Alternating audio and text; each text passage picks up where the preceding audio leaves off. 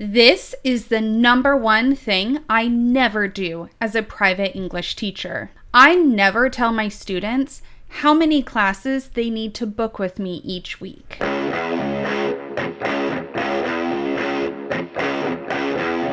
There are so many reasons for this, but before I tell you, make sure to like and subscribe for more content just like this so I can help you reach your goals of English fluency. Reason number 1, while it would obviously be beneficial for you to book 5 times a week so that you can get the most English instruction possible, you would probably think that I'm just trying to take your money if I insist that you book the maximum number of classes that I offer. Reason 2, speaking of money, I don't know your financial situation. While my classes are quite competitively priced, I don't know what your budget is for weekly lessons, and it's really inappropriate for me to ask about your salary and your income. Reason 3, I don't know what your schedule is like.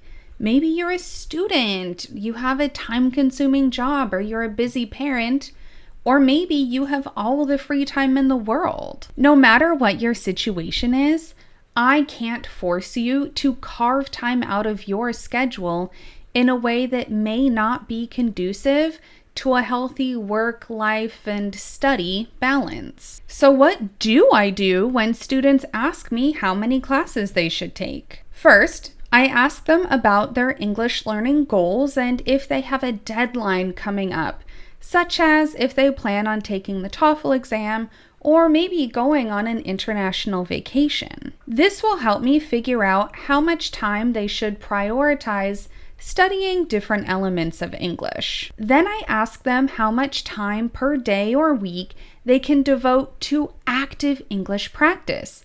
These are things like studying grammar and vocab, speaking, and writing. After those 2 key steps, I'll give them recommendations for how much time they should spend practicing those parts of English. This recommendation includes how much speaking time would be beneficial for them, and keeping in mind that my English classes heavily focus on English speaking, conversation, and pronunciation practice. And finally, following this conversation about goals and scheduling, I leave it up to my students to check out my class availability on my website and decide what works best for their personal schedules and their wallet. But what about students who can't afford to take as many classes as they'd like? While teaching private English lessons is obviously my business and I'm not going to work for free, though I do often offer discount codes.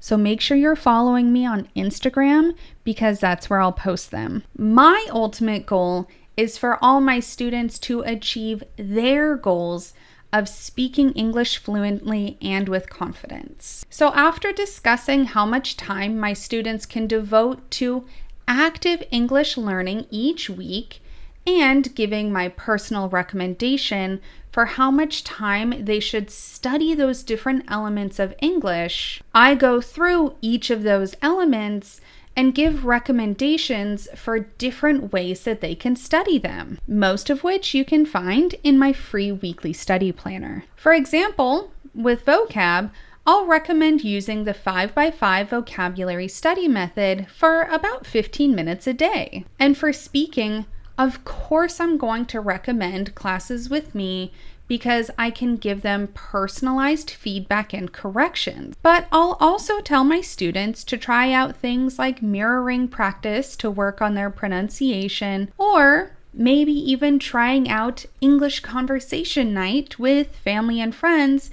who are also trying to improve their English. And of course, I always give recommendations for how my students can create their own little English immersive environment so that they can passively practice their English for free. At the end of the day, I can't force my students to do anything, and I'm also not a money-hungry teacher who will turn away students who can only afford to do 1 class a week. I will never tell my students how many lessons they have to take, because my ultimate goal here at Cammie's English Corner is to provide useful and achievable recommendations to help guide my students to success along their English learning journey.